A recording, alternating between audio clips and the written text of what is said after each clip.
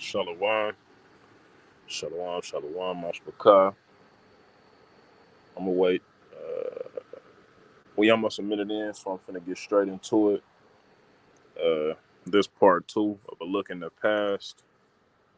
We finna just go into some history once again. It's your brother Malachi. And we back in the book of we're gonna pick up where we left off yesterday. It's the Illustrated Encyclopedia of Aztec and Maya, the greatest civilizations of ancient Central America, with 1,000 photographs, paintings, and maps. Once again, Salakia. I want to get the camera situation set up to where y'all can see these pictures and whatnot. But for now, just bear with me. I'm going to read it to y'all. So, I'm well over a minute in. So, all praise and glory, honor to the Most High God through Yahweh Shah. So, I'm going to pick up where we left off. History and mythology. From the first great Mexican civilization, the Olmec, in 1500 BC to the last years of the Aztecs in the early 16th century. 3,000 years of Mesoamerican history saw the birth, rise, and fall of a series of cultures. The peoples of these cultures developed wide-ranging trading networks, designed extraordinary sacred buildings, created intricate systems of writing and mathematical notation, plotted the heavens with superb accuracy, made wonderfully realized sculptures, and fashioned magnificently intricate work in precious metal and rare stones. So, it's talking about the Maya and Aztecs. If you was tuned in for the a look back in history part one, you should go tap in with that. It was fire to me what we went over. You know, so the ancient Aztecs and Mayans, they known for these large structures, man, and they were so skilled in architecture and building that not only was they building amazing structures back then, you feel me? They was also building it so precisely that they was dealing with acoustics, and they could make, for example, I believe it's the Chichen Itza. It's a long story short, it's a giant. It's like a 79-foot tall pyramid, and the way they designed it, the architecture is so nice, and the acoustics is set up perfectly. If you don't know what acoustics mean, it's dealing with sound. So they built it to where your speaking voice could be heard from the top of the pyramid. So 79 feet, a man 79 feet high on the top of the pyramid, you can hear his speaking voice if you at the bottom of the pyramid. He don't got to yell. He don't need a microphone. That's just how they designed it. And also, I should just go tap in with that, because you know what I'm saying. I'm gonna just keep it moving. But yeah, though, if you ain't see a look in history, a look in the past part one, so check that out, man. But all praise. It say yet throughout all these changes, I'm gonna read what I just read again. It say the peoples of these cultures developed wide-ranging trading networks. So they was out here trading, they was making it happen. Designed extraordinary sacred buildings, like what I just described, and what we was talking about in part one. Created the intricate systems of writing and mathematical notation. So that's some. Plotted the heavens with superb accuracy. See that? Made wonderfully realized sculptures and fashioned magnificently intricate work in precious metal and rare stones. Yet, throughout all these changes, there was also remarkable cultural continuity. The many different peoples of Mesoamerica engaged in ritual blood sacrifice to their gods. So, these people was in idolatry, nonetheless. You feel me? They was engaging in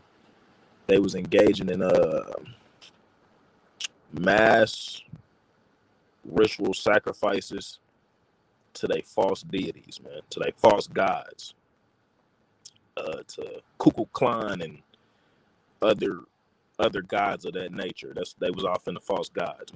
So they played the ball game known as Tlachli, and combined a 260-day ritual calendar with a 365-day solar calendar.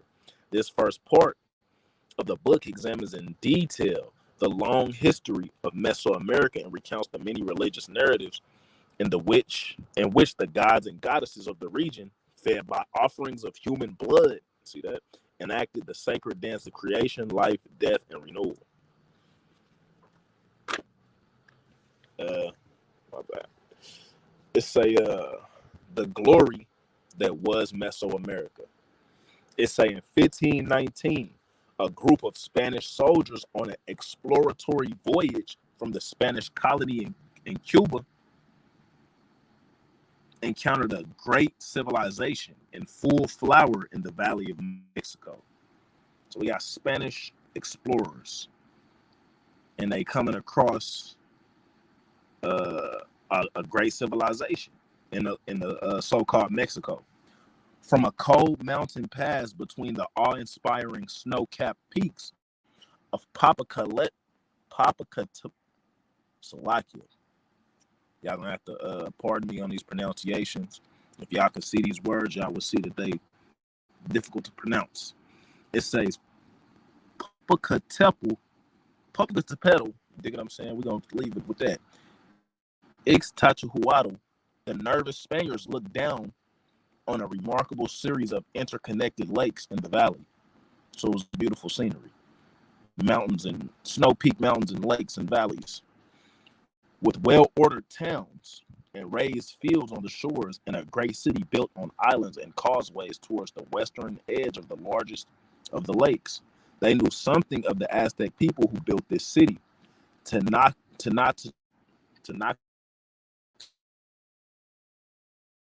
early adventure, the Spaniards, the allies and enemies, and heard tales of their vast empire. As marching near the city, one of the ways linking the island metropolis to mainland, and were astounded by to beauty. So I believe this is going into the name of the city, Tenochtitlan. You know what I'm saying? And in an earlier voyage that they had set out on, they encountered some allies of the Aztecs. You feel what I'm saying? So some other peoples that was also there. It's a one member Salakia. The great temples and palaces rose from the water like a vision. So they had civilizations, and it was arrayed beautifully. You know, they had towns and whatnot, and the scenery was already beautiful. Let's say one member of the Spanish force, Bernal Diaz de Castillo, later likened it to a city from a fairy tale, a vision of enchantment. So it was so beautiful. You feel me? The Spanish explorers, they out here, they compared it to a fairy tale. Like it was unbelievable how beautiful it was. It's the city of Tenochtitlan and the culture of its Aztec builders was the product of more than 22,000 years of human activity, which stretched back to the arrival of the first hunter-gatherers in America in 21,000 BC. Descendants of these ancient settlers who left their mark in the area included the Olmec builders of the great cities of La Venta and San Lorenzo in 1200 BC, the Zapotec architects in Monte Alban in 500 BC, and the Toltec founders of the Toyan in 950 AD. They also included Maya, who built their remarkable jungle cities in the lands of the east of the Valley of Mexico in the first centuries of the Christian era. So it was a lot of different descendants that came from these people, from the Olmecs and the Zapotecs and the Toltecs. You feel me? It's a lot that went into the influence and the culture, peoples. These are the descendants of the so-called Aztecs and Mayans and whatnot. That's what they saying, I believe. It's at the time of the conquest, they were still thriving in the northern part of the Yucatan Peninsula. Scholars give the name Mesoamerica to this 22,000 year time span to the land settled by these peoples. It is both a cultural and a geographical label. Geographically, Mesoamerica runs from the area of the desert north of the Valley of Mexico across Guatemala and Honduras to western Nicaragua and Costa Rica. So Mesoamerica, it runs from the area of desert that's north of the Valley of Mexico and across Guatemala and Honduras all the way to western Nicaragua and Costa Rica. So uh, it's a large span of land that is what is considered Mesoamerica, basically. It largely coincides with what we call Middle America, including areas of some modern Central American countries. Other Central American countries, such as Panama, were not settled by Mesoamericans. So that's interesting. Mexico, most of which was an important part of Mesoamerica, is geographically part of North America. So they consider Mexico to be geographically part of North America. Historically, Mesoamerica covers all events between the arrival of the first human settlers in the region in 21,000 BC and the conquest of the Mesoamerican Empire in 1521. Scholars use an additional set of chronological divisions to divide Maya history. The years 250 AD through 900 AD that represent the fullest flowering of Maya civilization are labeled the Classic period. Okay. So between 250 AD and 900 AD, that's apparently when the Mayan civilization was at its greatest, so to speak. And it's labeled the Classic period. The Classic years are the ones in which the Maya set up dated stone columns celebrating the achievements of their holy kings. I wonder what that's going into. The 20,000 odd years before the 20,000 odd years before are called the Archaic, which spans from 20,000 BC to 2,500 BC, and pre-classic 2,500 BC to 250 AD. Okay, so from the year 20,000 BC to 2,500 BC, that's where they consider the Archaic period, and from 2,500 BC to 250 AD, that's where they consider the pre-classic periods. The 600 odd years after are known as the post-classic period from 900 AD to the 1500s.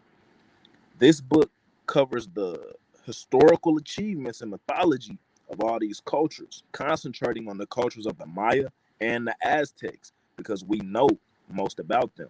Succeeding cultures inherited a great deal from their predecessors. Feel me? It's a religious rituals, cultural achievements, and mythological elements are common. It's are common to most of the peoples of the Mesoamerican region and historical period, so that it is possible to talk of the Mesoamerican civilization.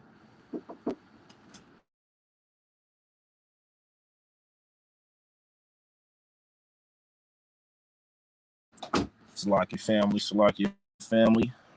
Uh, get back to my spot. So let's say the people who came after these people inherited a lot of their a lot of their religious rituals, cultural achievements, and mythological elements. It say these things are common to the peoples of the Mesoamerican region and historical period, so that it is possible to talk of the Mesoamerican civilization. Now it's going to go into calendars. It say foremost among those common elements was the use of a complex ritual calendar. Among the Maya and Aztecs, priests marked the passing of time and predicted the future with two calendars. That sounds like divination of some sort.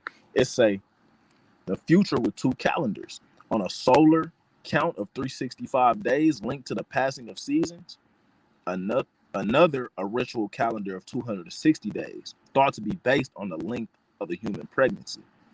The two calendars combine to make a longer measure. The period needed for a particular day in the 365-day calendar and a particular day in a 260-day calendar to coincide was 18,980 days or 52,365 day years. I'm gonna just read. I can't quite break that down right there. Maybe if I go back over it. But it says this measure, called the bundle of years by the Aztecs, was invested with great significance. The end of each 52-year period was seen as a moment of great danger at which the gods might end the world. So they believe that these time periods have something to do with the end of the world. It said the preoccupation with measuring and recording time went far back into the Mesoamerican history, and the earliest surviving writing from the region may be a Zapotec calendrical note from 600 BC. And the calendar was very widely used throughout the region. Indeed, the scholar Michael Coe has suggested that one good way of defining Mesoamerica would be to draw a line around the area known to have used the ritual calendar. Now it's going to go into blood sacrifice. It's another important central element of Mesoamerican civilization, at least as far back as the Olmecs in 1200 BC, was the use of human blood sacrifice to honor and propitiate the gods. So apparently they was not monotheistic. They was I believe they was polytheistic. I believe that's the appropriate word. The belief in they served several gods, not just one. I believe that's the proper word. But it's, it keeps saying gods in plural, so that's why I say that. And they use human blood to human sacrifice to appease their gods and to serve their gods. They say among the Aztecs, vast lines of prisoners of war were paraded up steep temple pyramids to be sacrificed by having their hearts ripped from their chests. Now, if y'all ain't never seen the movie Apocalypto, that's a hard movie, but it's a hard movie. You should go check it out because it's dealing with these peoples. And it's crazy because it's a scene. I'm not trying to ruin it, but I'm trying to, you feel me? It's a scene where this happens. So I'm gonna just put it like that. Y'all want to see it? Go watch the movie. It's a scene where this happens. So, and it's a horror movie as well. So, you know what I'm saying? It's called Apocalypto. It say the classic period Maya more commonly decapitated their victims. So the Mayans from the classic period of Maya more commonly decapitated their victims. That's what they was on. Both Maya and Aztec worshippers also offered their own blood to the gods. So both Mayans and Aztec worshippers offered their own blood to the gods. I believe that's by way of cutting themselves, which is off. Women and men drew blood from wounds in their cheeks, ears, arms, and legs, while men also made cuts in the penis. Okay. The Mesoamericans worshipped a vast pantheon of gods and goddesses in the course of their civilization. So they worshiped hella gods. These deities often have alternative names and animal or human twin forms. The cult of one god, a deity that just goes into I believe that goes into like a so-called god or something that these people believe in. They deify it. They make it a god to themselves. It's these deities often have alternative names and animal or human twin forms. The cult of one god in particular was enduringly popular across centuries and cultures. So they was fucking with it for a minute, across a long time in many cultures. The plumed serpent Quetzalcoatl, known to the Maya as Kukulkan. So that's the one they believe it could take the form of a bird. It's Kukulkan was associated with wise rulership and revered as a creator, a wind god, and as the morning star. In myth, he was said to have departed by sea on a raft of snakes, promising to return. So that's what they believe they god did. It is a popular theory that some among the Aztecs may have interpreted the coming of Hernan Cortez and his Spanish troops in 1519 as the promised return of Quetzalcoatl from exile. Nigga, what? It's a popular theory that some white folks is crazy. It say the ball court. Now it's finna get into the game they used to play. One of the basic common elements, like it, they would.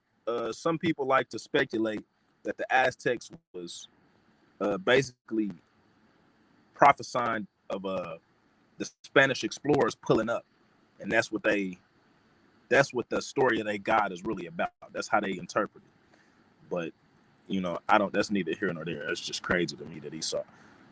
Anyway, it's a one of the basic common elements of the Mesoamerican civilization was a ball game played on a court shaped like a capital I. The court, which formed part of the ritual complex in cities, has sloping or vertical sidewalls. The object appears to have been to get the ball into the end sections. Kind of sound like soccer. It's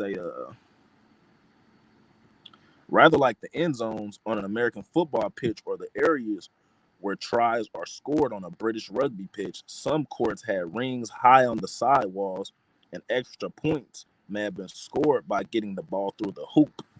So sometimes it sounded kind of like a game of soccer somewhat, but the ball could also, not the ball, the goal, the hoop could also be high up on the side wall, like not on the ground.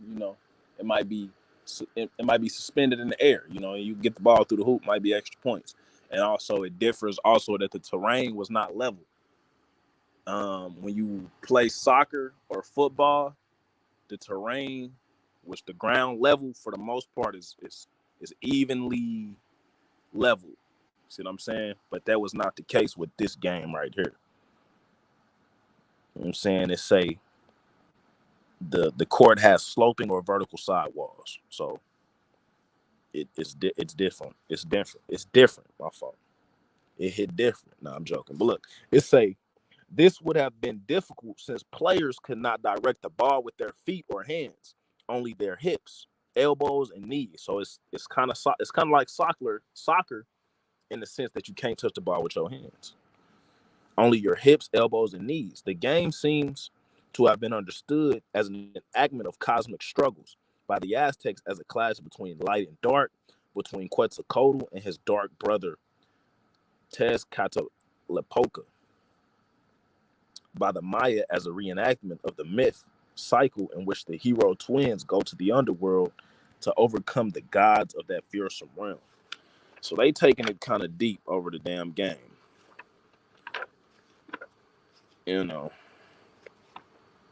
It's kind of deep over the game they talking about, man. I think that's sufficient for right now. Covered a lot of ground. Thank y'all for joining, man. All praise to the Most High God, Yahweh, Bahashem, Amashayaki, Hawashah. It's been your brother Malachi, looking the past, dealing with history. Lord willing, I can jump back on here tomorrow. Hey, though, go tap in with I might not be on here tomorrow. It might be go tap in. Go look up Soldier Malachi on YouTube. Go tap in, subscribe. Well, I don't even. Yeah, just go tap in, subscribe. I ain't got no videos. Damn, I'm tripping. But look, I'm gonna let y'all know. I'm gonna keep y'all posted, man. Shalom, Mashpaka. All praise to the Most High, y'all.